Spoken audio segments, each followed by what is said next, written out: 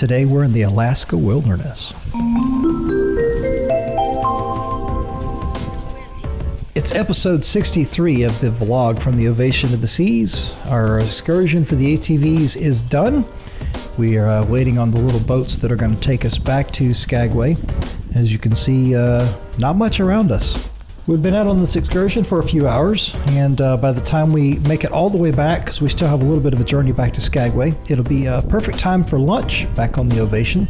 So that worked out pretty nicely. That's me in the red right there, right in front of my wife. And you see just, you'll see in a second here, just how dirty my pants are. Here you go, right here. So pro tip for when you're packing for Alaska, especially if you're going to do one of these tours like we did for the ATVs, where you're going to get, out in the elements, you're going to really get out there in the Alaska wilderness, you definitely want to pack for this trip appropriately.